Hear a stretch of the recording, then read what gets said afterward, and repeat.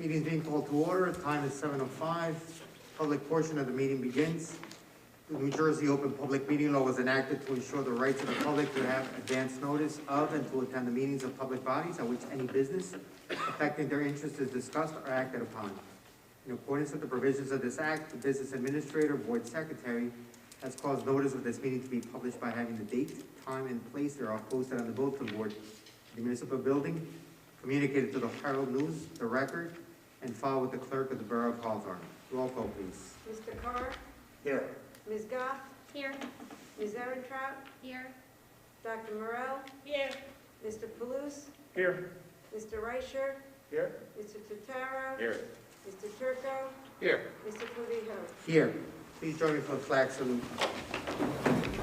I pledge allegiance to the flag of the United States of America and to the republic for which it stands, one nation, under God, indivisible, with liberty and justice for all.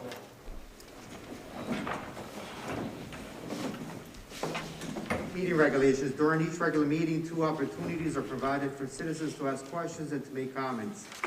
During the first opportunity, early in the agenda, the meeting is open to the public for the purpose of addressing items listed for approval on this agenda only. The second opportunity occurs just prior to adjournment, when citizens may address any subject matter that is pertinent to and or directly related to the operation of the school district. Persons wishing to speak must, upon being recognized, rise, state their name, address, and subject matter. Comments and questions shall be addressed to the board president or the presiding officer and shall be limited to 5 minutes per person. The board may or may not respond to issues raised by members of the public at the time they are raised, but will provide a response if and when appropriate. Persons participating via YouTube may submit questions through our Board of Education email address at Hawthorne, BOE@hawthorne.k12.nj.us, which is available on our district website.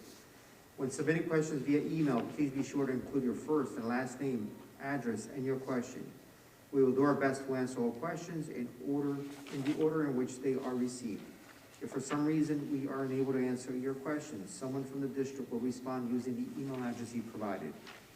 The board asks that members of the public be courteous and mindful of the rights of other individuals when speaking. Please note that the board will not respond to comments regarding students or board employees in light of the privacy rights held by those individuals. Moreover, the board discourages comments about such individuals and will not be responsible for such comments. Members of the public who choose to speak during this public session should carefully consider their comments, since they could be held personally liable for any statements they make. Finally, please note that in accordance with the district policy, the board will not officially comment or respond to any matter mentioned unless it can confirm that the matter has first been brought to the attention of the appropriate school personnel in an attempt to resolve the issue. Publicly heard, agenda items only.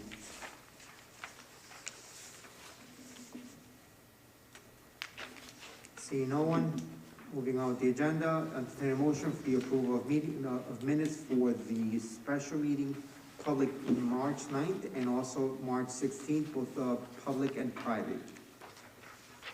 So moved. Second. Discussion? Roll call. Mr. Carr? Yes. Ms. Ehrentraut? Yes. Ms. Goff? Yes. Dr. Morel? Yes. Mr. Palouse? Yes. Mr. Reicher? Yes. Mr. Tutaro? Yes. Mr. Turco? Yes. Mr. Clavijo? Yes. Not aware of any correspondence, so we'll turn the floor over to Mr. Spirito for the budget presentation. Okay, thank you, Mr. Clavijo. I'm just going to ask if the board members, if you wouldn't mind just joining us in the audience for a few minutes. You can put up the screen. Good luck finding a seat. What's that? Good luck finding a seat. Yes, I think there's plenty of, thank you.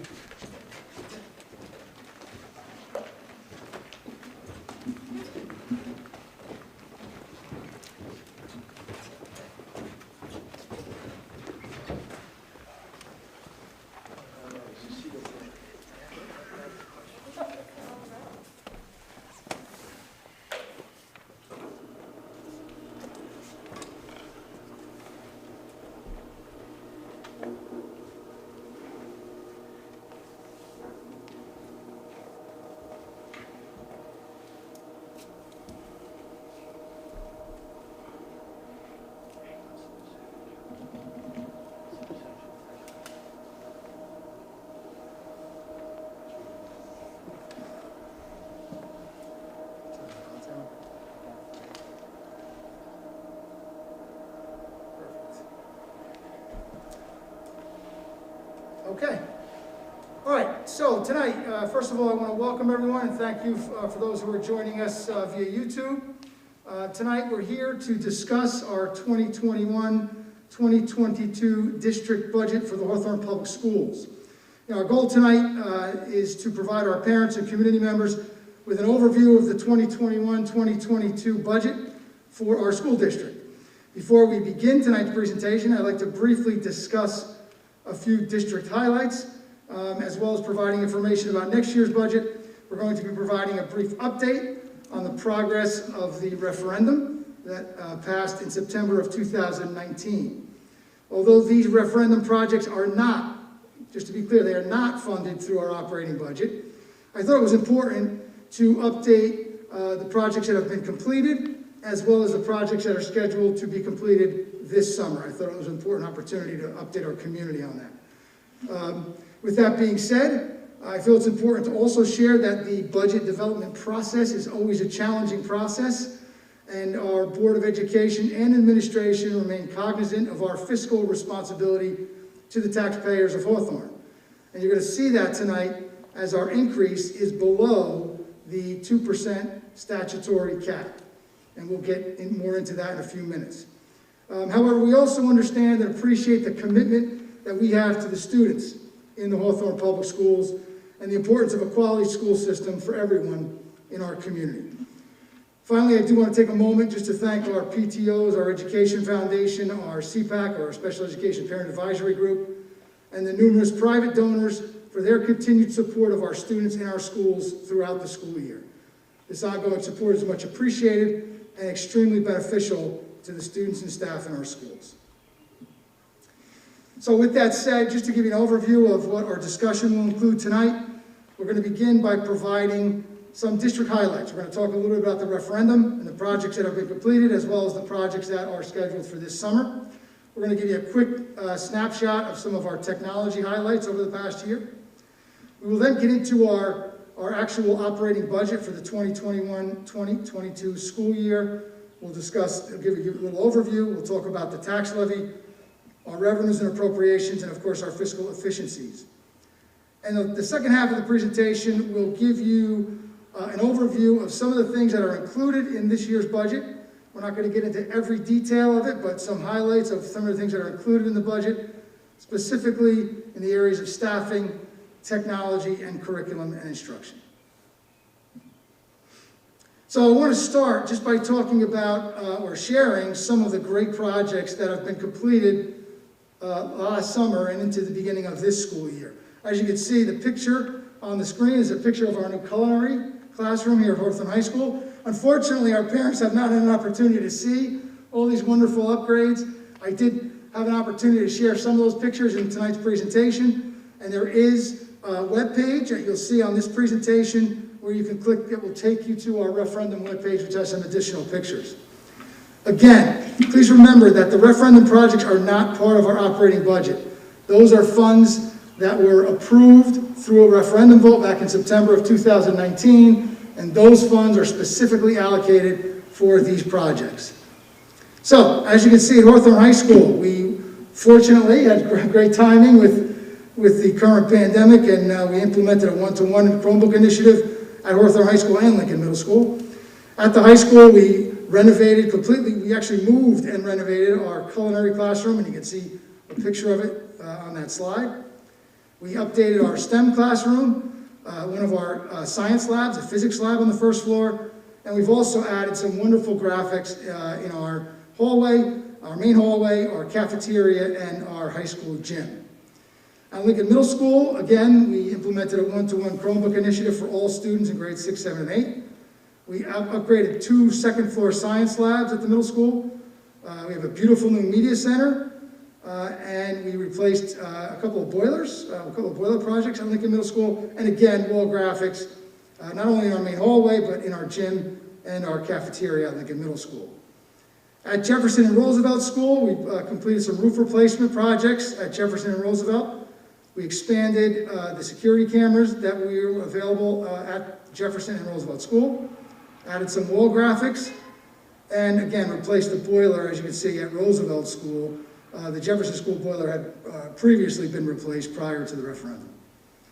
And finally, at Washington School, we expanded our security cameras and added some fantastic wall graphics in our gym and our hallway. So again, a lot of work's been done in our first summer past our referendum. Really excited for people to get into our schools and see these projects firsthand, but some great renovations and some definite positive benefits for our students and our staff at all schools. So what's scheduled for this summer, for 2021? So there's numerous projects at different buildings, as you can see listed here. One of the first things that will be added is air conditioning here in our auditorium and in our main server room here at Hawthorne High School. Our main server room is located here at the high school, and it's really the brain center of our technology department, so it's important that we continue to provide air conditioning, functioning air conditioning in that space. We'll be doing some roof replacements here at the high school, at Lincoln Middle School, and the entire roof, sections of the high school roof, sections of the middle school roof, and the entire roof at Washington School. We'll be replacing windows at all buildings. Some schools will be full replacements, including Jefferson School, the entire building will get new windows, and the other buildings will be, sections of those buildings will be replaced, some of our older windows, depending on the school. We'll be doing interior door and hardware replacements at all schools. It's an important security upgrade for us, and that will be done, should be starting soon, actually. It's sometime in the next few months. And finally, we're excited about the Media Center, Art, and Music Room renovations at all 3 of our elementary schools. We are looking forward to getting some of those renderings, and we'll share some of those as soon as they're complete. So that's what this summer looks like in regards to the referendum. In the area of technology, these are just some highlights from the past school year. I mentioned our one-to-one initiative for our students in grades 6 through 12, middle school and high school. We also implemented a staff PC one-to-one initiative, so all of our teachers in grades 6 through 12 now have their own PC, their own device to use. We've completed some network infrastructure upgrade and internal switches. We've added a second internet service for redundancy. We doubled our bandwidth for improved performance, which again was important for us with all this live streaming and remote learning. Very important upgrade for us this year. We purchased and implemented document cameras for virtual instruction, which many of you are aware of if you have children in the district. We've implemented new technology for live streaming all of our indoor athletic events. So, as you know, we've been able to live stream some of our events prior to this year, but now this year, everything that we are able to, anything that we host in our gym, we are now able to live stream right to YouTube with some new technology that we've purchased this year. And finally, we've built, and there's a picture on the right, bottom right of that slide, it's built some custom computers for our STEM lab. And I have to thank our tech department who built those computers. So thank you guys, they look fantastic, and the kids are really enjoying those as well.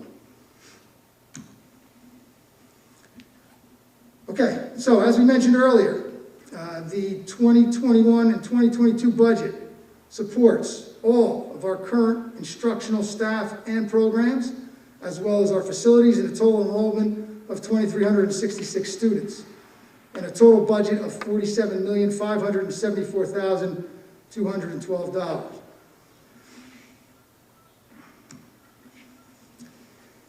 In regard to the general tax levy, as you can see from the top line of this chart, our general tax levy increase is at the statutory 2%.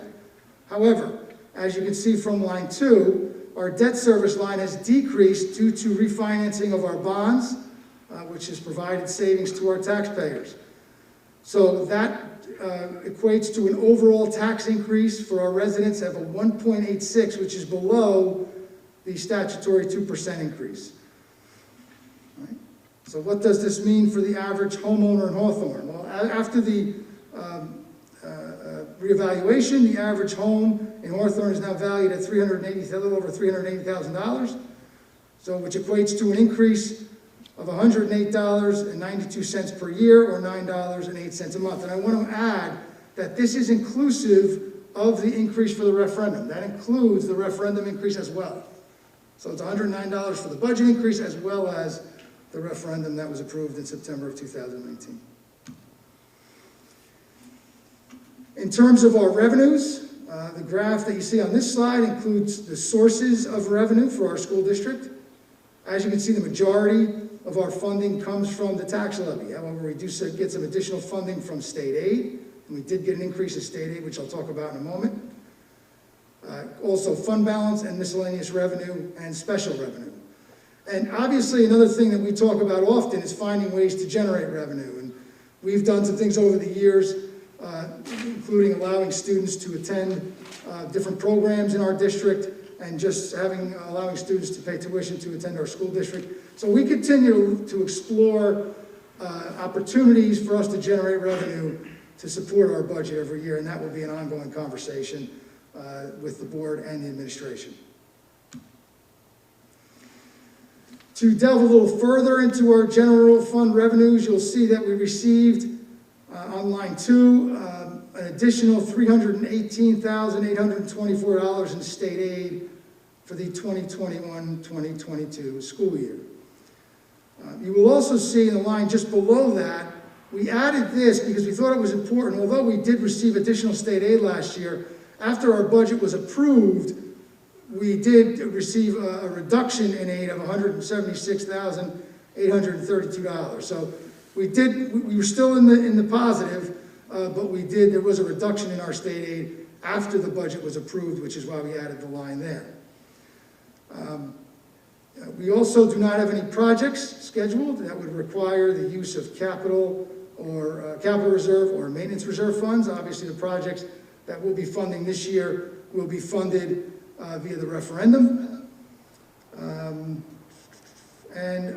one area I do want to highlight is you see our maintenance reserve account, and it's a negative $200,000 there. The reason that is there, number one, as I said, we don't have any maintenance reserve projects scheduled for this year, but that money was allocated last year for the project manager for our referendum projects. And that was a one-time cost, so it's not a recurring cost. That's why you'll see a reduction there. Okay. This slide shows our appropriations for the 2021-2022 school year. It is also divided into categories which mimic the categories the state requires that school districts report as part of their district budget. You will see that just about half of our costs are associated with general and special education student and staff costs. The other category of note is our benefits, our health benefits category, which make up approximately 19% of our costs. Once again, if we delve a little further into our general fund appropriations, you can see that our out-of-district tuition line has increased significantly. This is partly due to the number of students attending PCTI, as well as some of our special ed students. It's a combination of the two. Looking at the instruction line, this includes staff salaries and decreased due to a number of retirements.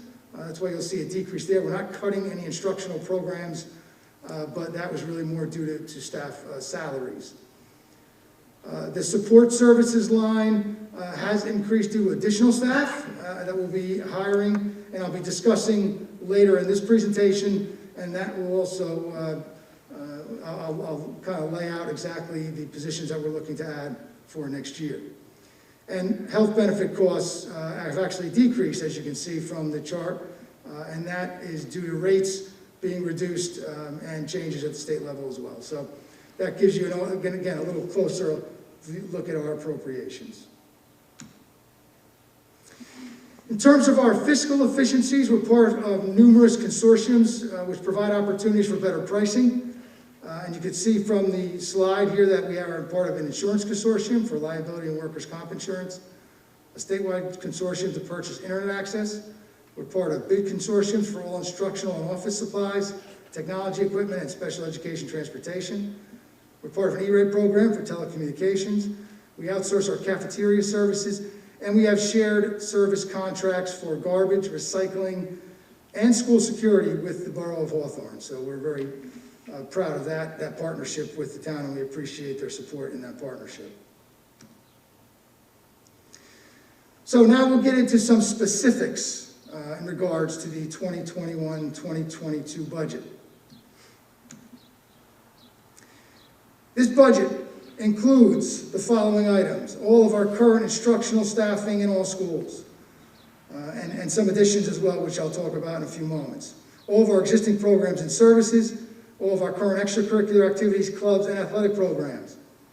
Ongoing professional development at all levels, and again, I'll be a little more specific in regards to PD. Curricular revisions in accordance with the NJSLS, or Student Learning Standards. It supports our current transition program for our 18 to 21-year-old students, our Bear Cave program, and a new alternative program, which will be an external program as well, that will be located in our old Bear Cave, starting in September. In regards to additions to this budget, in the area of staffing, we're looking to implement or hire 2 new supervisors for grades 6 through 12, 1 in math and science and 1 in humanities. And that process has already begun in terms of looking for people to fill those positions.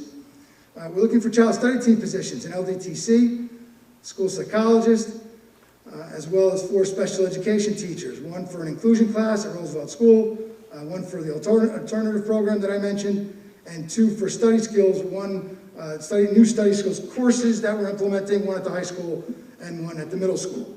We'll be adding a math teacher at Lincoln Middle School, an additional math teacher at Lincoln Middle School, not replacement, but an additional teacher. We're going to be increasing our elementary Spanish teacher from part-time to full-time to make scheduling a little easier and to provide a little more instructional time for our students. We're going to be hiring a part-time elementary physical education teacher at Roosevelt School and a part-time custodian to support not only the Bear Cave, but the new alternative program as well. In the area of technology, one of the things that we are looking to do as we move forward with our one-to-one initiative is to begin a process of replacing computers on a rotating schedule so that it doesn't become a one-time lump sum purchase again. So what will happen is this coming year, we're going to be providing replacement Chromebooks for our 6th and 9th graders. And some people might say, well, they just got these Chromebooks, they're only a year old, what are you going to do with the ones they just received? Those Chromebooks will be repurposed to our elementary students, so they will be implemented in our elementary schools, and will support our elementary students, and we'll begin to get on a rotation and a schedule, so again, that we're not purchasing Chromebooks for grades 6 through 12 all in 1 year. We'll also be purchasing one-to-one devices for our elementary staff. So I mentioned that we did purchase one-to-one devices for our teachers in grades 6 through 12. This year we'll be purchasing devices for all of our elementary teachers to support their instruction as well. We will continue to have additional technology support at all schools, including our summer tech support. We always hire some additional support over the summer to help with any work that needs to be done over the summer with our tech department. And of course, our continued efforts to maintain our infrastructure and hardware at all schools. And I'll just add the picture on that slide. That was, those computers that are in the STEM lab were in all those boxes, and our tech department, put them all together. So that's where it began, but they look fantastic. Okay, in the area of curriculum instruction, I'm going to break this down over our different levels. So we'll start with the high school. So again, these are just some of the highlights. I want to be clear about that this is not everything, but it gives you a little bit of an idea of some of the things that will be happening and are included in the 2021-2022 budget. So this budget at Hawthorne High School, again, maintains all our current academic programs and our AP course offerings, we have about 15 AP courses that are currently running here at Hawthorne High School. Supports the development of curriculum for the following courses: a Latin American Studies course, robotics and app design, I mentioned our study skills course, and a social justice course here at Hawthorne High School. It supports curricular revisions for the following courses: biology, chemistry, physics, anatomy and physiology, forensic science, genetics, all levels of Spanish and Italian, and our visual and performing arts as well. It will allow for the purchase of new AP biology textbooks, and it provides for continued professional development opportunities for all of our staff, including the Summer AP Institute for 6 of our high school teachers who will be teaching AP courses in the fall. At Lincoln Middle School, this budget supports the purchase of Gizmos, this is a virtual program that has interactive standards-based activities So the purchase of these gizmos for math and science classes at Lincoln Middle School. It'll fund curriculum revisions in math, science, health, visual and performing arts, Italian, and Spanish at the middle school. Again, I mentioned the creation of a new study skills course. It allows for the purchase of an Envisions math series for grades 6, 7, and 8. And again, professional development opportunities for all staff, including technology training with Kuiker Learning and training for our new math program. And finally, at the elementary schools, this budget will support the revision of our research and exploration courses. It's been a very popular course. It's where our TREPS program is also running, but we'll be looking to revise that program that we implemented a couple of years ago and update some of the curriculum there. It does support the purchase of 165 iPads for use by our kindergarten students. So I mentioned that we're going to be rolling our Chromebooks down to the elementary schools, and our students in grades 1 through 5 will be using Chromebooks. But our kindergarten students, we found that they've been more successful using iPads in that grade, and we've been able to put all of our programs on there for our students. Not just, I mean, we have a kindergarten assessment that we use iPads for, but we also have all of our universal screeners and other programs that are available to our students via our iPads. So now all students, they'll basically be one-to-one in kindergarten with iPads, and again, everyone else will be using Chromebooks going forward. Supports the purchase of our Envisions 2020 math series for grades K-5, curricular revisions in K-5 science, visual and performing arts, and world language. You see some common themes in all the way up K through 12. And again, provide continued professional development opportunities for all staff, including Conquer Math training and training on the new math series. So Conquer Math is a separate program or a separate professional development opportunity that teachers have been participating in over the last few years. And this year, one of the things they're going to be doing is looking to focus on some of the skills that maybe were missed this year that we can really bolster next year as we begin in the fall. So our teachers are going to be working with Nancy Schultz at Conquer Math to really put together some, to support the learning loss that may have happened during this pandemic year. So we're excited about that opportunity for our elementary teachers as well. So before I turn the meeting back over to Mr. Clavijo and the board, should they have any questions, I just want to take a few moments. I want to thank Ms. Engel, as always, for her efforts in preparing this budget. I appreciate all of her hard work to prepare and submit this budget in a timely manner. I want to thank my administrative team. You know, I will tell you, this is not something that Ms. Engel and I do alone. It starts with our administrators, and they present their school budgets to us, as well as our departments, our special ed department, our director of education, our technology department, our athletic department. They all work on their individual budgets. They present them to us, and then we collate the information into what we feel is an appropriate budget for our school district. But I have to thank the administrators for their hard work, their continued support and vision for our school district. It's critical to the short and long-term goals of the Hawthorne Public Schools. And I always say this, I'll say it every year, and I'm going to say it again this year. There's always more to do. We know that. We're always looking to improve. You know, we're never satisfied, regardless of what we accomplish. We're always looking to do more. And we're proud of what we've accomplished. I'm going to say that. I feel very proud of how far we've come. But there's definitely some more work to do, and we're looking forward to another year of hard work and another successful and productive school year in 2021, 2022. And with that, on that note, I will turn it back over to Mr. Clavijo, and if the board members want to join us back on the stage, I'll take any questions.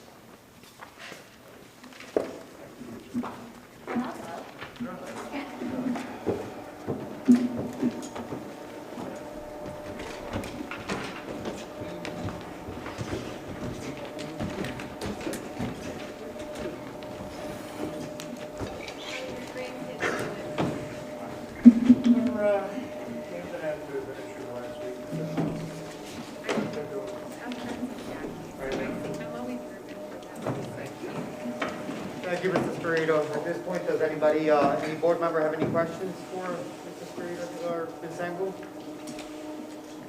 Mr. Leo? Yes, go ahead. Hi, when I was looking at all of the wonderful things we've been doing about technology, Yes. I then started asking myself, how does the district budget support cybersecurity to protect all of these devices, but these programs and the systems. Can you talk a little bit about that? Yeah, I wish, to be honest, I wish Mr. Brisbane was here, he could give you more specifics. I can tell you that we have obviously invested in numerous security measures. Tamer, what's the program? I can't remember off the top of my head. We have Cisco Umbrella, which provides a high level of security. We have our firewalls, and we also have Sophos Antivirus, which provides ourselves with malware and ransomware protection on all our So devices. there's numerous layers of support, of technology, of security on those devices. And we can also, I can tell you, we can also control, even when they're home, what things kids can access and what they can't. It's been a little bit of a point of contention with some of our parents in regard to what kids, sometimes they want more access, but we discuss that often. In fact, that was part of our one-to-one discussions last year, and we're actually meeting again in the spring. We're starting to have meetings again now to see how the year went, what changes we want to make, because this was year one for us, a unique year, obviously, but something we're going to have to continue to look at and how we can make sure that kids have access to everything we need, but still provide the security that's necessary for our students.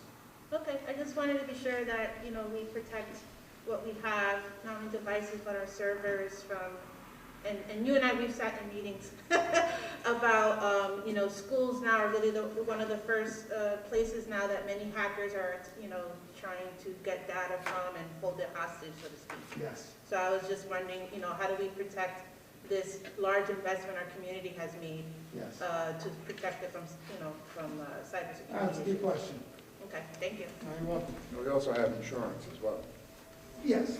policy as well. God forbid something did happen. Anybody else? On behalf of the board, want to thank the administration, specifically Ms. Angle. We've gotten used to, I think, spoiled to having stability from that end, and it's no easy feat having a budget the way you've been running it. So thank you to you and to everybody that's part of it. Moving on with the agenda, Mr. Turco, Finance and Administration, please. Thank you, Mr. Clavijo. Yes, on behalf of the Finance Committee, I would simply like to echo Mr. Clavijo's words as it pertains to the superintendent, the BA, and their entire staff. Thank you very much. Pursuant to the recommendation of the Superintendent of Schools, Committee on Finance Administration recommends the following resolution. F1, approval of budget for the 2021-2022 school year. On behalf of the committee, I so move. Second. Discussion? Roll call? Dr. Moreau? Yes. Mr. Palooz? Yes. Mr. Reicher? Yes. Mr. Ducaro? Yes. Mr. Turco? Yes. Mr. Carr? Yes. Ms. Erentraut? Yes. Ms. Goff? Yes. Mr. Clavijo? Yes. Ms. Perini, please, your student council report.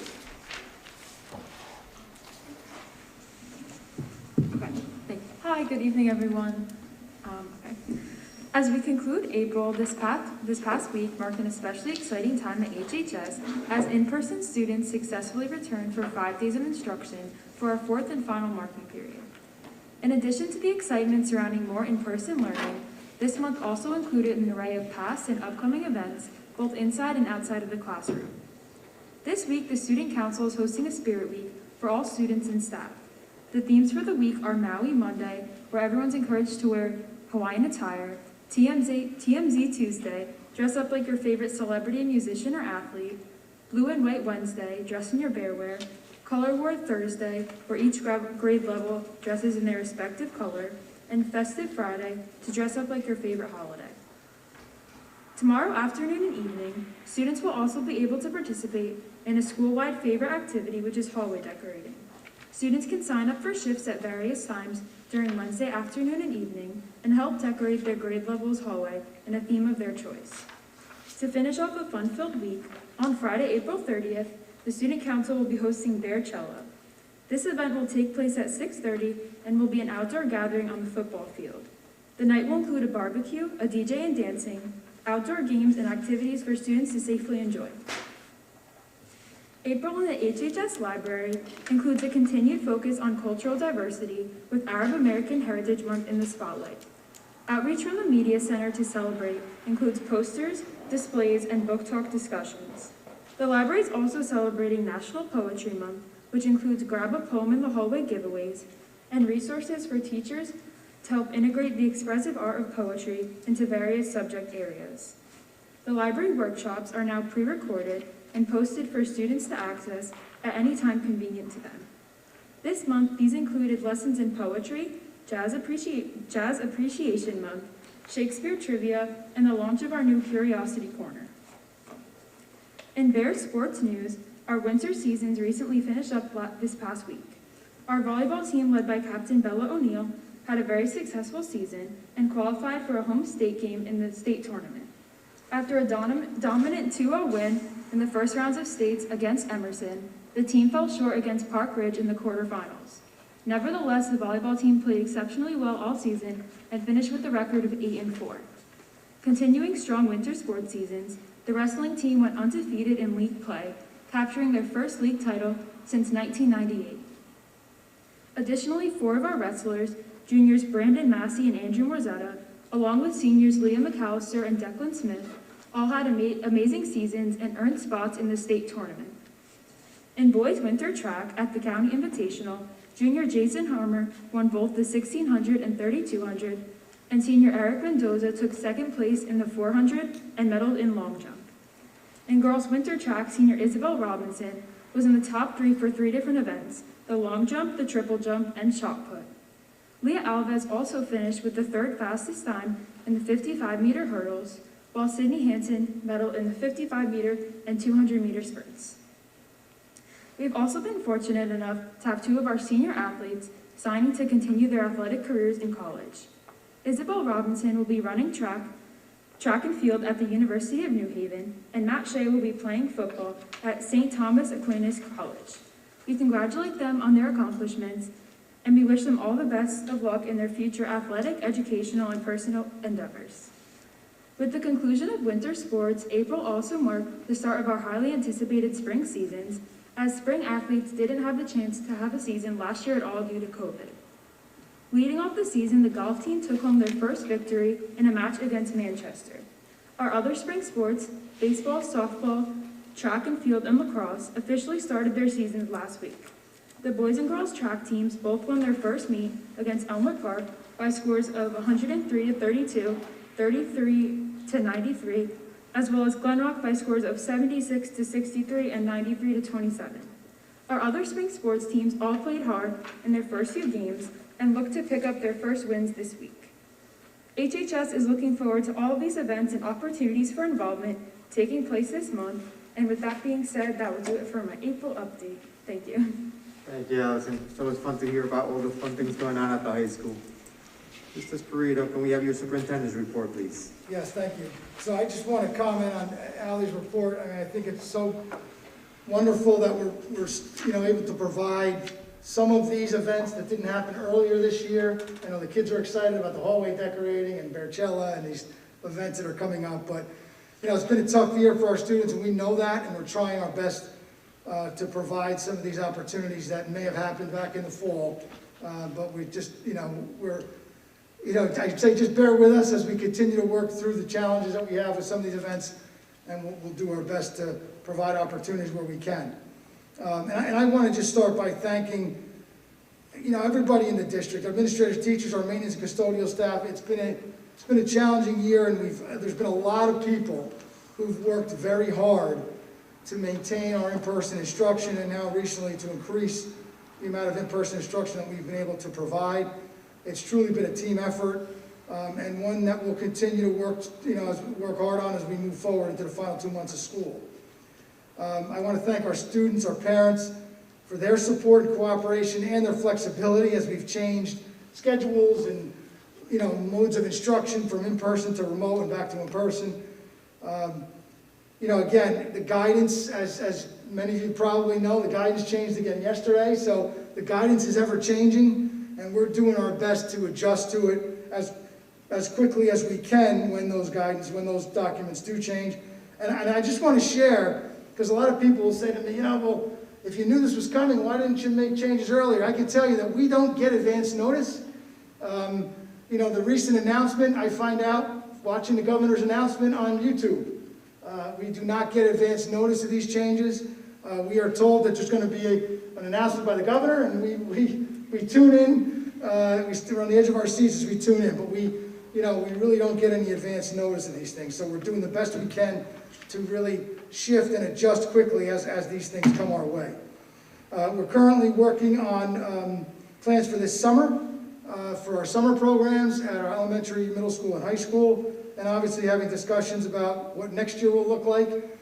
We hope to be back in school full-time next year. That's our plan right now, but obviously we're going to take a wait-and-see approach in regard to what's being shared from the governor's office and the Department of Education.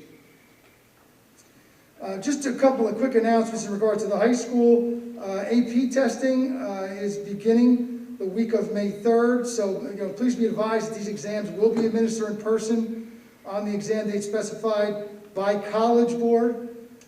Remote students will be required to come into the building for this testing, and again, this is specifics are given to us by College Board. All registered students scheduled to take an 8 a.m. exam should arrive prior to their testing, arrive at their testing location by 7:45 for an 8 o'clock exam. Anyone scheduled to take a 12 o'clock exam should arrive by 11:45. All exams are scheduled to conclude by 3:45, and more specific information regarding testing will be shared with students by their AP teachers as we approach that exam window. But if you have any questions, you can contact the guidance office at Hawthorne High School. The other announcement I want to make is the district calendar. As parents are aware, each year when we have inclement weather days that were unused, we return those days as part of our agreement with the HTA. This year, we'll be approving tonight on tonight's agenda, approving the calendar to include 3 days that will be returning, one on Friday before Memorial Day, one on Tuesday after Memorial Day, and then the third one will be used on primary election day, because as parents are aware, primary elections do take place in 4 of our 5 schools. So to avoid having students here while people are entering the building to vote, we are going to be closed on that day as well. And those will encompass our 3 inclement weather days, which are left over from this year. And finally, I just want to comment about end-of-year events. I know there's been a lot of questions about end-of-year events. And here's what I'll say in regard to end-of-year events. We are trying right now to provide as many in-person opportunities as we can, especially for our seniors. I can tell you that a lot of our induction ceremonies will be virtual. And the main reason for that is because, those events, when we create those virtual events, it takes time to create those events. And with guidance constantly changing, it's hard. We just found out that the numbers were increased yesterday. But unfortunately, some of our virtual events, some of our induction ceremonies have already happened, and others are already planned and already being worked on in terms of being virtual. So we're going to continue ahead with some of them being virtual. We are going to do our absolute best to provide as many in-person opportunities, especially for those seniors who will be leaving us. I know that the Gold Tassel Dinner will be in person. I know they are working on creating the scholarship night to be in person. And again, some of the other ones as well. But we'll do our best to make as many of them in person as we can, but I can't promise they all will be. But it was just based on the guidance that we had at the time and the planning that needed to go into that prior to yesterday getting another announcement with increased numbers. All right? So with that, I will turn it back over to you, Mr. Khalid. Thank you, Mr. Spirito.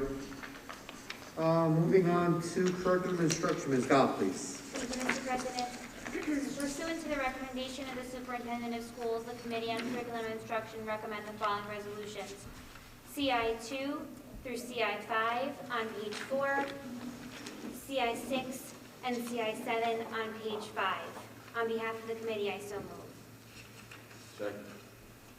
Discussion? Roll call. Was that Mr. Turco?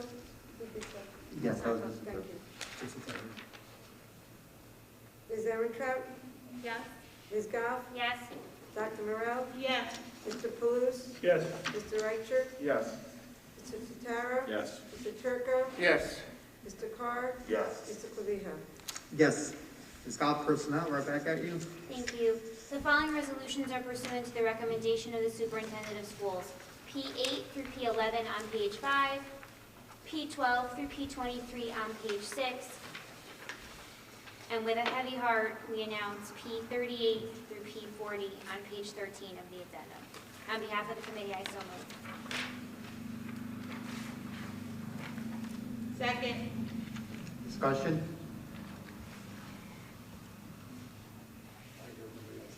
It's free.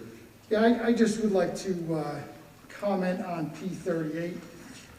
I shared this email with Ms. Engel last night, and I'll just share it with the board and the community.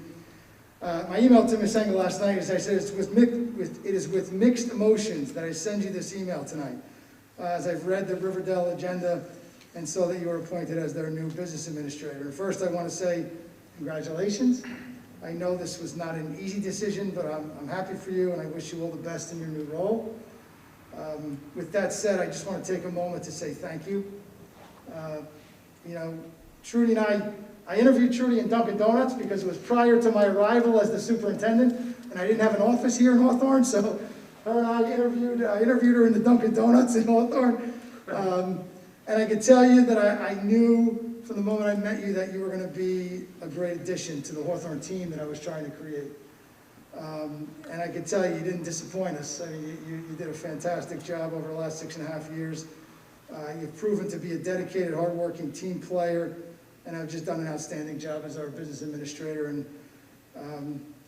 I ended my email just by saying that Trudy, you are a true professional, someone I will always call a valued colleague and friend. I want to thank you for all that you've done to make the Hawthorne Public Schools a better place for our students, and I just said you will be missed. So thank you for everything, and best of luck to you. Likewise, Trudy, on behalf of the board, I want to thank you for your dedication to the district for the last 6 years. When you joined us, the situation you walked into was delicate to say the least.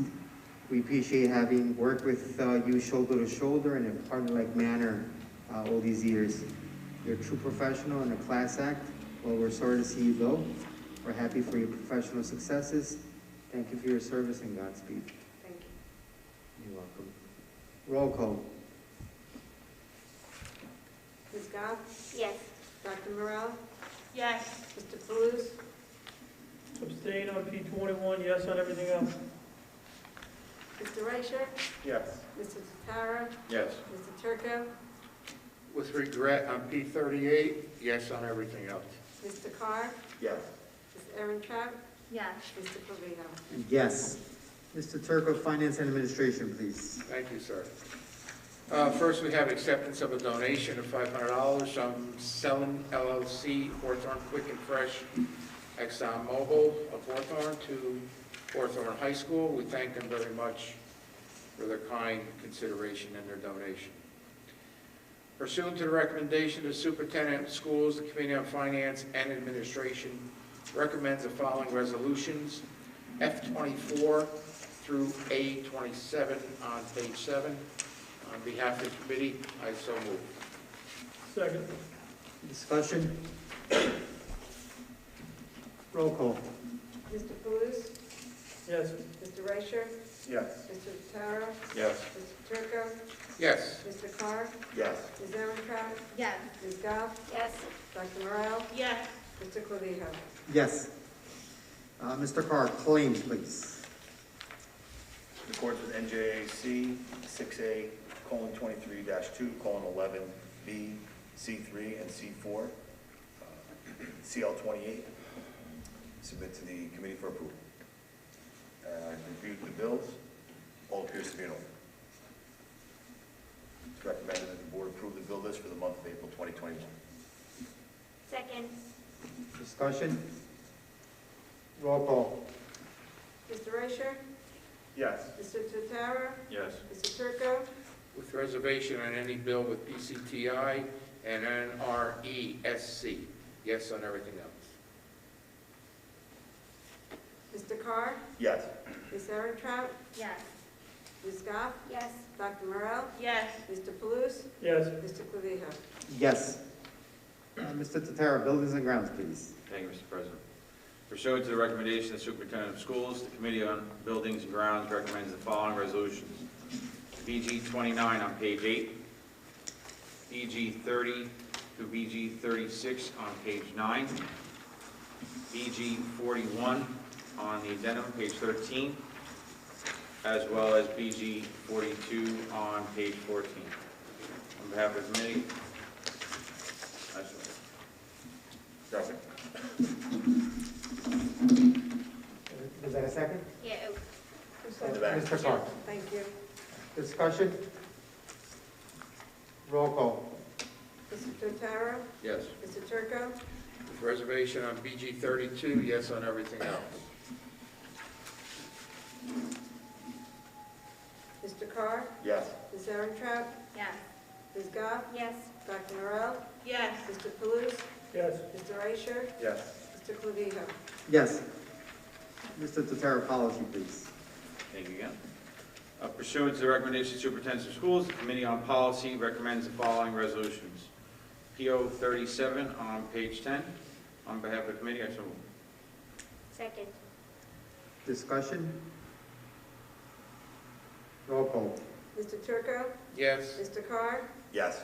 Ms. Erentraut? Yes. Ms. Goff? Yes. Dr. Morel? Yes. Mr. Palooz? Yes. Mr. Raisher? Yes. Mr. Tatara? Yes. Mr. Clavijo? Yes. Thank you. Moving on to council and liaison reports. Mr. Carr, legislative, please. Thank you, Mr. President. On Monday, April 19th, Governor Murphy signed into law 2 education-related measures. First one will be reciprocity for out-of-state teaching certificates. Assembly Bill 4783 and Senate Bill 2831 requires the New Jersey Department of Education to establish an alternate route interstate reciprocity pilot program. The bill is aimed at helping districts fill vacancies during the pandemic by making it easier to hire qualified out-of-state teachers. Under the program, the State Board of Examiners will issue an instructional certificate of eligibility to any out-of-state teaching candidate who, number one, has the equivalent of a valid CE or provisional certificate issued by another state in the subject or grade level also offered in New Jersey. 2, passed a subject matter test to receive the candidate's out-of-state endorsement or passed the appropriate New Jersey subject matter test. 3, passed a performance assessment that is approved by the state in which the certificate was issued, or if the out-of-state candidate did not take or pass such an assessment, the candidate will be issued an instructional CE, but will be required to pass a New Jersey approved performance assessment prior to the issuance of a standard instructional certificate. 4, has at least 1 year of documented effective teaching experience, and 5, has been in good standing during the candidate's teaching experience under the out-of-state certificate. An out-of-state candidate who has not completed an approved educator preparation program will be required to enroll in a New Jersey approved educator preparation program and complete any remaining college credits or coursework prior to the issuance of a standard instructional certificate. A CE candidate who is enrolled in the program and who meets all other requirements for issuance of a standard certificate would be eligible for such a certificate. A CE candidate who successfully completes the pilot program may apply for up to 1 year of effective teaching experience earned out of state, as documented by a letter from the candidate's former employer, to satisfy the requirement that the candidate earn at least 2 summative evaluation ratings within 3 consecutive years of teaching. After 2 years of implementation, NJDOE will publish a progress report of the success of the program. At the conclusion of the 5-year pilot program, the department will submit a report evaluating the effectiveness of the program to the governor, the legislature, and the State Board of Education. Specifically, the report will include an analysis of the impact of the program and the department's recommendation on the feasibility of continuing. Second bill would be bias training for arbitrators. Assembly Bill 5245, Senate Bill 699, will require members of the panel of arbitrators who hear and decide tenure charges to receive training related to cultural diversity and bias. The requirement builds upon a 2019 law that requires such arbitrators to complete training on conduct that is unbecoming of an employee, including issues related to allegations of sexual assault and child abuse. Any arbitrator already serving on the permanent panel upon the law's enactment will be required to complete the cultural diversity and bias training within 18 months of the date of enactment. That completes my report, Mr. President. Thank you. The State County School Board Association, we have a upcoming meeting Monday, May 24th. I believe that's the last meeting for the year. It's going to be a virtual meeting. I sent an email to the board through which you can register for that meeting.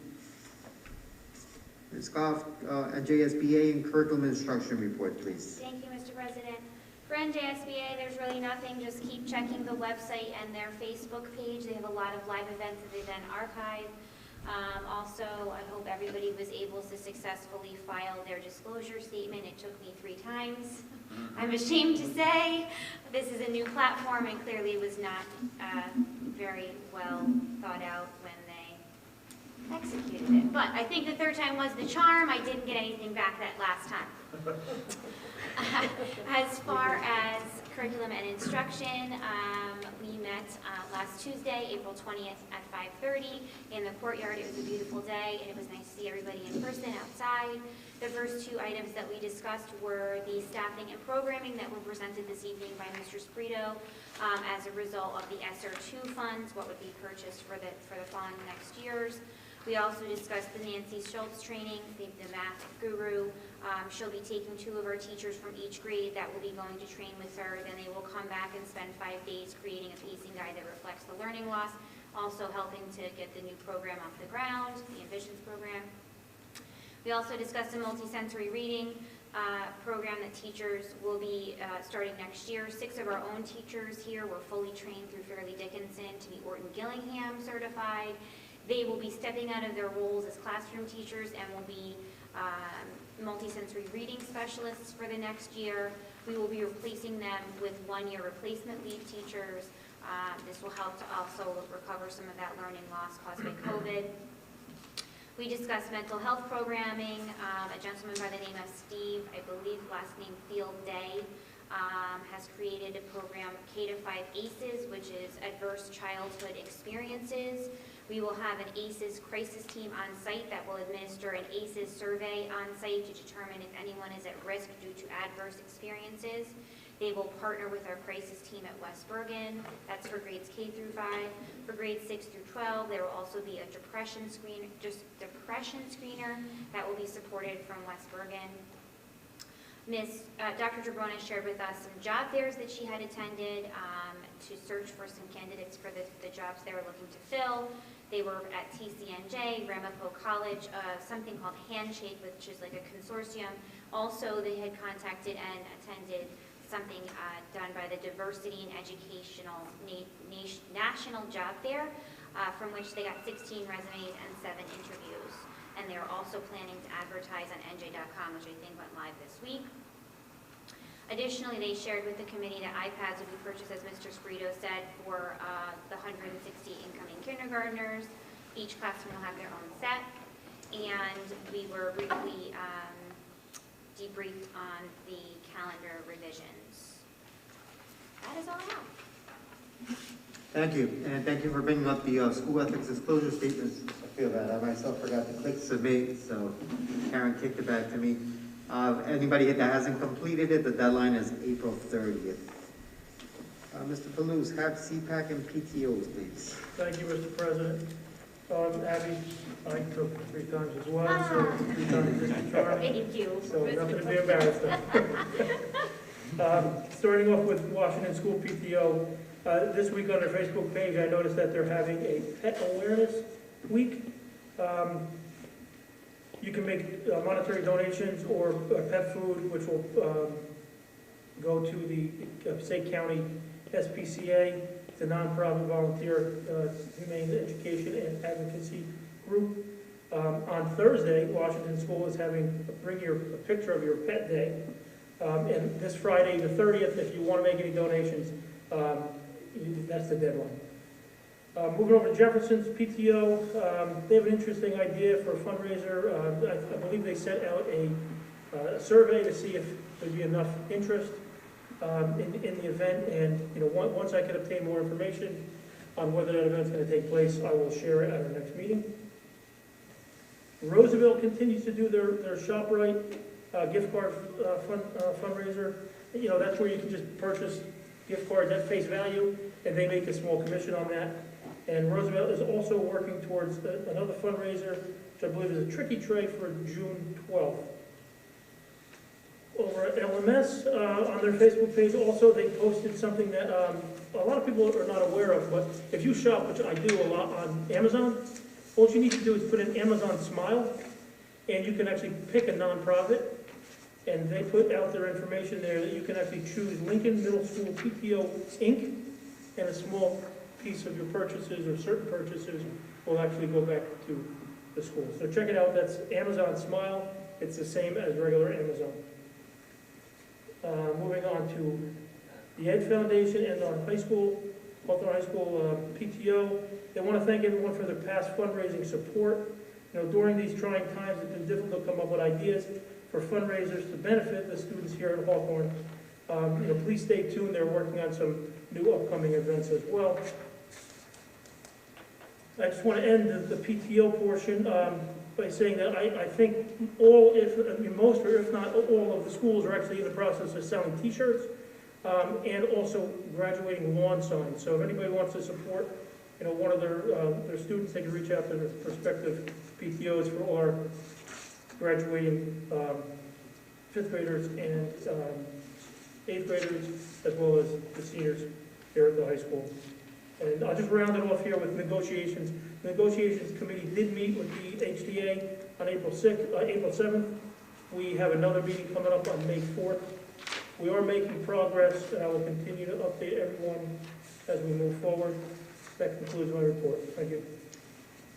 Thank you. Mr. Tutera, please take us to the trifecta, Buildings and Grounds, Council Liaison and Policy. Sure, thank you, Mr. President. Regarding building and grounds, committee met on April 20th at 6:30 in the courtyard. There are 4 major topics, one being the referendum.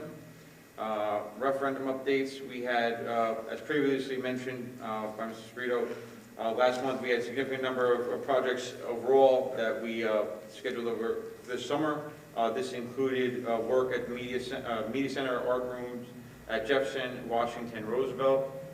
I'm very much so looking forward to having all the students and parents seeing all these items get done. Just going through them all, it's just very encouraging to see the projects come to fruition. In regards to bids, there were several bids that throughout the district, including the roof work at LMS Washington High School that were awarded, as well as the HVAC system and the server in the auditorium at the high school, which also Mr. Sprito spoke about earlier in the budget. In addition, change orders were issued to finalize work for LMS as well as the boiler at Roosevelt and Lincoln Middle School. An update on the pickup truck, we are continuing to look for a new truck or pickup truck, which the current one has reached its end of use. We will keep everyone posted once we have found one or made the selection. And lastly, there's a district-wide lead testing. Previously, the testing was performed throughout the district and was not scheduled to be retested until 2023. However, due to new state guidelines, we will be retesting for lead in the spring of 2022. In regards to the council liaison report, the only thing to note from the April 21st council meeting is the mayor discussed due to the utilization of our classrooms throughout the district for the summer school, the summer recreation would not take place, but there would be plans for family events on Thursday evenings, which is still a work in progress, in conjunction with the band shell committee, as well as Municipal Alliance School System and PTOs. And there was nothing on policy. That concludes my report. Thank you very much. Mr. Turco, last but not least, Finance and Administration, please. Yes, Mr. Lubio. The committee did not meet this month. Obviously, the biggest thrust of finance was the budget presentation tonight, so I have nothing further to report. Thank you very much. We'll move on to public be heard. As a reminder, when submitting questions or comments via email, please be sure to include your first and last name, address, and your question. Thank you. Public be heard. Mrs. Guerin. Thank you. Mike Sciarra, 738 Lafayette Avenue. I want to thank Mr. Sprito and Ms. Engel for your excellent job at the budget. Once again, the time that I spent on the board, the 5 years I was here, You've always done a fantastic job, and once again, you've done a nice job again. And the board also for your support. And that rolls me into the next thing is that I want to thank Mrs. Engel specifically. When I joined the board, you guys joined at the same time, you and Mrs. Spirito, and I remember how our finances and what kind of shape they were in. I remember getting the first budget and how much of a mess that really was. And the people that are on finance now, if you look at your budget when she first gives it out to you, it's amazing what this woman has done. She's been a true champion for this district. I want to thank you for all your work you've done. Good luck to you. Whoever you go to, whatever district's got a great person. Thank you. Thank you so much.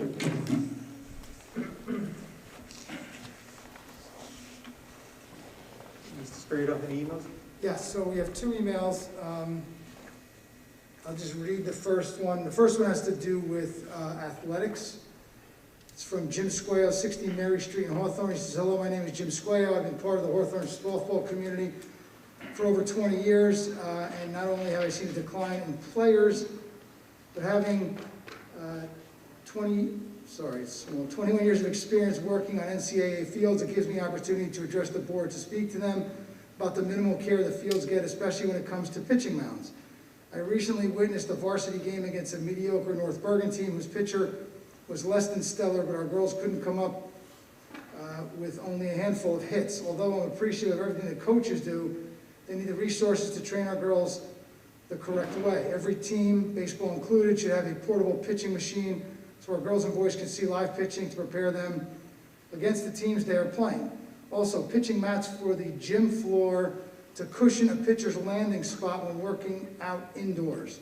My daughter Ava is presently seeing a podiatrist because of an injury that occurred during pitching practice on a hardwood floor. Our children deserve the best that we can give them, and I think some better effort can be given in these areas.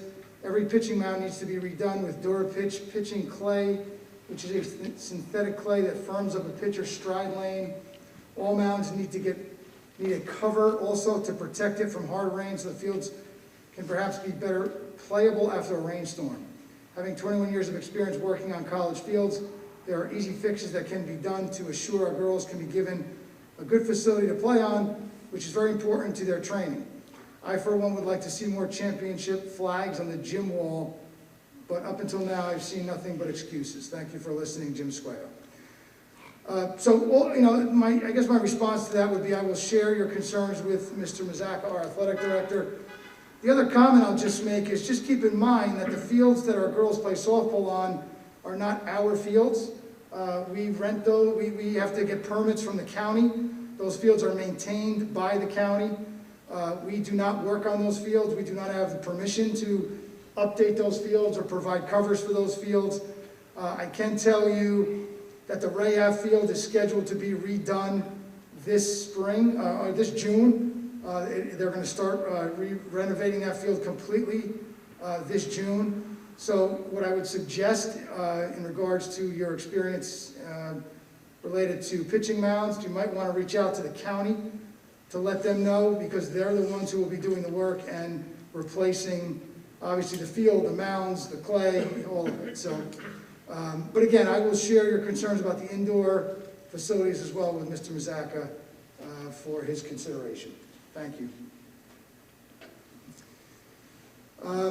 The other one, there are two questions here from Kelly Malanafi at 105 Watchung Drive. And her first question says, why is it that any and all award ceremonies are going straight to virtual rather than making every attempt to make them happen in person when the weather is now allowing for it? I'm specifically speaking of the National Honor Society induction. I've been told the schools want to maintain consistency. I was told other honor societies have already had theirs virtually, and so they all should be. I fail to see the logic in this. So I think I commented on that earlier, and I'll just add a couple of things.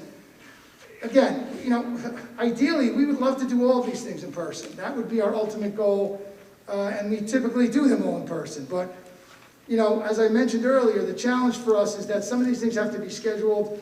At the end of the year, I can tell you that the calendar gets very full. There are not a lot of open nights to reschedule things, especially if we're trying to plan them outdoors.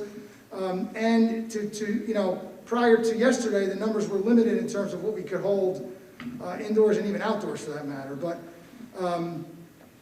you are correct that some of the Honor Society events have already happened. Italian already took place, and it was done virtually. We are planning to continue to host the other underclassmen induction ceremonies virtually. The other thing I'll just mention is keep in mind that we have students who are fully remote, who are not comfortable attending those ceremonies. So that's another opportunity for everyone to participate if we do hold them virtually. Again, not ideal. We understand that. We would like nothing more than to have everybody back in this auditorium to be able to hold all of our events. But unfortunately, it's not that simple. So we appreciate your comment. You know, we will try to do as many things. I mentioned it earlier. I know Allie mentioned some of the things that are happening in the coming weeks. We're going to try to provide opportunities for our kids wherever we can and provide those in person as much as possible.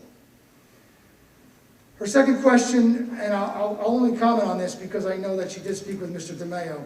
She says, how is it that the physics teacher, Ms. Barada, excellent teacher, leaves the district and the classes, including honors physics, are switched to a virtual program without any communication of this to the parents? I just can't understand how this happens. So the board may remember that we talked about, I know we talked about at CNI, about moving to the NJTCL program when Mr. Neidel, our other physics teacher, left, and we did host a parent night for those parents in that class to explain to them the change. And I'm just going to read, this is the email that Mr. DeMeo sent to Mrs. Melanofi in regards to her question. And he said, hi, Mrs. Melanofi, I want to apologize for the lack of communication. With everything else that has been going on to prepare for the return of our students for 5 days a week, we lost track of when Mrs. Barada was leaving and did not send out the notification. He said, you know, we apologize that we dropped the ball on that, and we are sending out information and are setting up an evening to go over the program like we did with the other classes. That is, by the way, scheduled for the 29th of April, this week. He said, it is unfortunate that we are faced with this scenario. However, we have been able to come up with a solution that may not be ideal, but seems to be working, and our student feedback on the program has been positive. NJCTL is providing the online platform. They are certified teachers, and their courses are recognized by the NJDOE and are also NCAA approved. Once again, we apologize for not getting the information out sooner. So she did reach out to Mr. DeMeo, he did respond.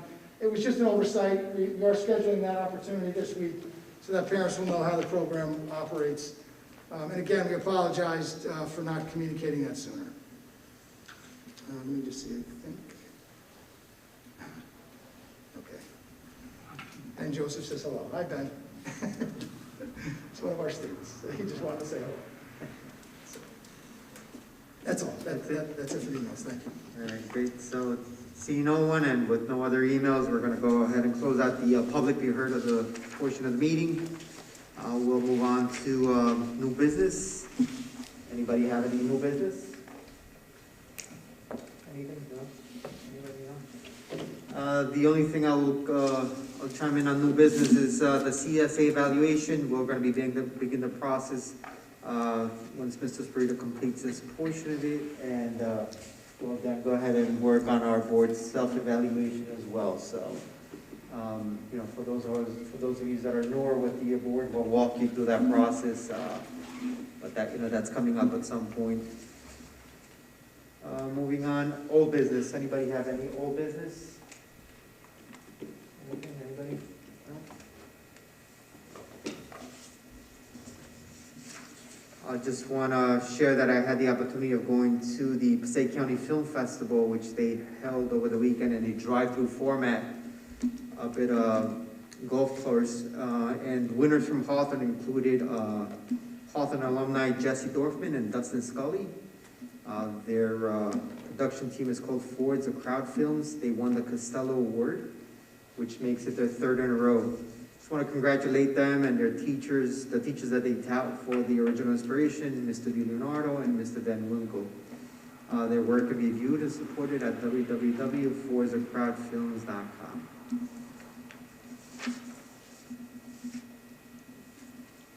And last but not least, general comments and questions from the board related to the school district. Anybody have anything? Mr. Yes, thank you, Mr. President. I just wanted to echo some of the sentiments from earlier in regards to Trudy. In my time here, you have been a guiding light for myself specifically, and I'm sure the other board members would say the same. The job that you have done is stellar, to say the least, and you make it look extremely easy. And I appreciate that guidance and everything that you have done for the school district as a whole. We wish you nothing but success in the future, but you'll be sorely missed by us for sure. And just want to thank you again. Truly, truly amazing job that you've done for our district. Thank you. Thank you. Dr. Morrell? First, I want to say that I'm appreciative of the legislative bill that's working its way through the reciprocity bill that Mr. Carr spoke about. We have lost 2 teachers in positions that are very difficult to fill, even more so when they occurred during the school year. I am hoping, and then when we add the pandemic, also research has shown that there are less people entering the education profession. It is a concern, so I am hopeful that the legislators are trying to support the school districts and finding ways and to increase our teacher population and the candidates that are available to us. Right now, the reciprocity is very difficult, and being that we're so close to New York, and anyone who lives in Poconos can easily drive here and be a teacher if they like to do the commute. So I'm hopeful that as this bill works its way through, that it is something that as a district we can benefit from. And that's one part. The next thing is, I too am sad about Ms. Engel leaving. Our loss is Riverdale's gain. That is another, the school business administrator is probably one of the toughest positions a board can find someone that A, is actually qualified, let alone being someone of value of their worth. Because you can find somebody with a certificate. Whether or not they are of value as a business administrator, that's a different story. And recognizing the difficulty, again, I'll speak to the county, how difficult it is to find really strong business administrators, the fact that we have one. And with your skill, and although I'm new to the board, just knowing the work and your organization levels and always your ability to be open and answering all of my annoying questions, I appreciate that. And while of course I'm deeply saddened, I am happy for you. So I wish you well. Thank you. Thank you, Mr. President. You're very welcome. Anybody else? We're all gonna go, Yeah. so I'll just jump in real quick and keep it brief. Trudy, I just want to thank you for everything you've done for me to make me a better board member, and everything you've done for Hawthorne. Of course, we're all disappointed. We're happy for you because it's a decision that you are making for the better you and your family, so we appreciate that. But again, I think that everybody said it before, and what you came into and what you're leaving is a complete turnaround. So you're leaving us in a much better place, so hopefully we can just find somebody that can just step in and continue to do what you've done for us. So thank you and best of luck. Thank you. Anybody else? Ditto to everything they're saying. I have been on this board for almost 10 years, and we have seen a lot, and you have made so many wrongs right, and we will really sincerely miss you, but I understand why you're going. We just wish you well. And you can come visit us anytime. Please do. To my fellow board members, I want to thank you. I know some of us may not be comfortable being here in person, but it's great to see you in person, and I think we are sending the appropriate message by being here in person, and we expect our faculty to be here in person. So I'm very happy to be here in person with you.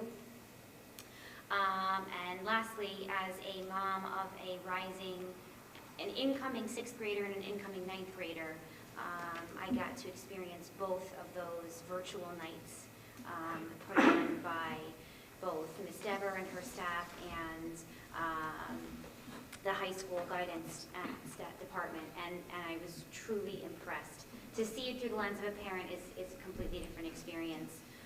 Even though you know all the facts when you're watching it as a parent, it's something altogether different. My son is so excited to pick his pathway, his small learning community.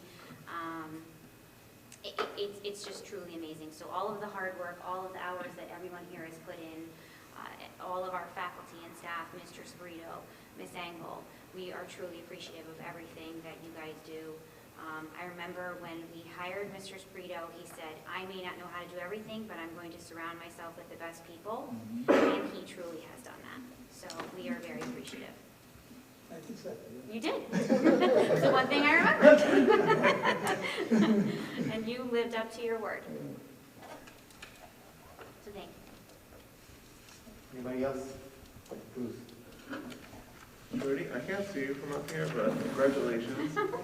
No, but, I mean, I concur with what everyone else said, that we're so lucky that we've had you here to really turn around the district fiscally, and we're going to miss you, but we're all happy for you for the opportunity that awaits you. And a pro's pro is definitely what you are. I think Mr. Sprito said it like in some of his comments, and I hope we find someone as good as you, but we know it's going to be very difficult. The other thing, just on the budget, just for a perspective about the technology part, 8 years ago, before I was on the board and I walked around the school district as part of the Ed Foundation, it took students about 10 or 15 minutes to log into a computer.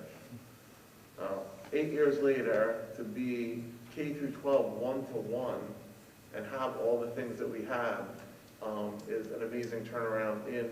We had to really make up a lot in a short period of time. So when I look at it in that perspective, that next year kindergartners will have iPads, everybody else will have Chromebooks or some type of devices.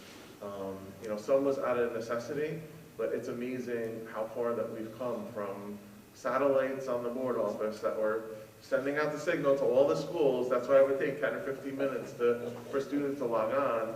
And even when I got on the board, I remember asking the high school students, when we used to have them come with us from May, you know, how do you use technology? And they're like, we don't, because it takes so long to log on that we don't even use it. We'd rather use a notebook and pen at the time. And that's just the way that it was 8 years ago. So thank you so much for building the technology department, and of course the people that benefited from the most, you know, are the students. And Mrs. Sprito said it before too, that everybody, staff, students, parents, this year is like no other year. And, you know, I'm just looking forward to the day when September comes next year, and hopefully everybody comes back. We have all the programs back, and all of these things that people have missed, and we know that our students have missed, because they are momentous things, will be back in place. And there is no new normal, but that at least school hopefully will be back full swing. Great, thank you. Anybody else? Mr. Clark? Yeah, back there. Trudy, thank you very, very much for everything you've done for this district.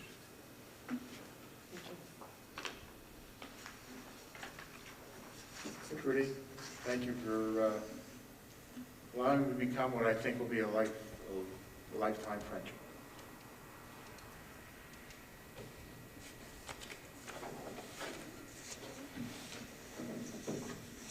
Okay, on that note, just want to close it out by, on behalf of the board, saying a huge thank you to everybody that's done their part in getting us through this less than ideal year. It's been a long, long road, and so many different components that had to fall into place to somewhat salvage what this year could have been, including our technology department. Tamer's here. We went from being in person one day, and 2 weeks later we're having remote meetings and Zoom, and so thank you to the technology department. Thank you to the administrators for holding the fort down, for staying positive, for just looking at the positive side of things. And the students are the better for it. We're looking forward to finishing the year strong, and I'm just hopeful that this would be a year that has taught us a lot of different life lessons and that, that we can build on these things. So, on that note, I'll entertain a motion to adjourn. Motion. Second. Discussion. Roll call. Ms. Gov? Yes. Dr. Morel? Yes. Mr. Paluth? Yes. Mr. Reicher? Yes. Mr. Tara? Yes. Mr. Turco? Yes. Mr. Carr? Yes. Ms. Eritrea? Yes. Mr. Provito? Yes.